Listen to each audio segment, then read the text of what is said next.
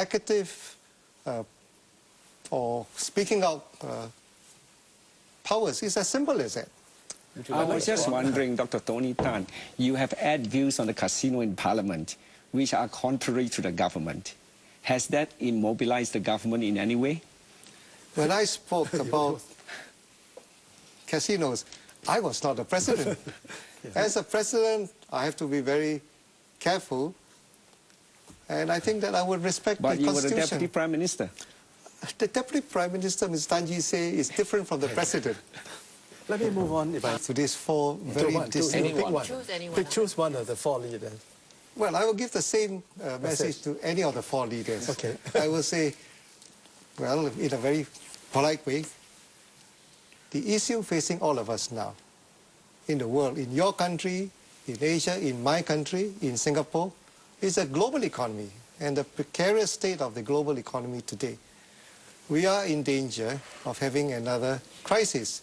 We almost went into another global depression in 2008 and 2009. If it were not for the unprecedented actions taken by central banks and government leaders, we would be back to the 1930s. We would have 20% unemployment. The problems which we have today would be minuscule compared to what could happen. We are not yet in that state down there, but you look at the stock markets every day, they are in turmoil. Government leaders in Europe are rushing around meeting with each other, trying to show up the Eurozone crisis. America has had its debt credit rating downgraded. Problems are there, dark clouds are there. If it turns into a crisis, consequences will be very sudden, very widespread, very disruptive. Let us not let that happen.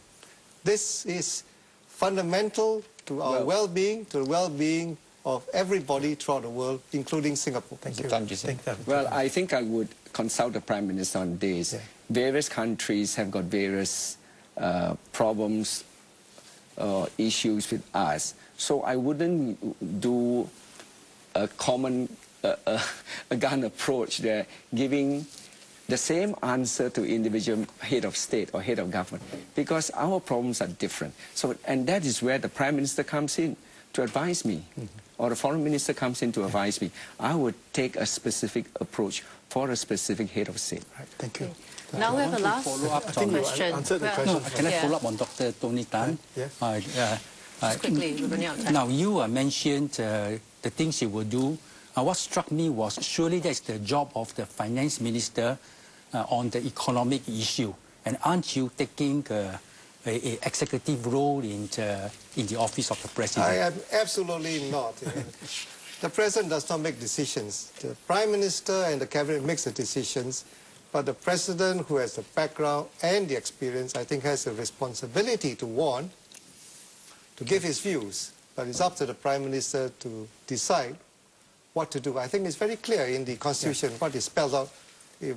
What is the responsibility of the president, what is the responsibility of the prime minister and the cabinet. I see no conflict between the two. Okay, let's get back to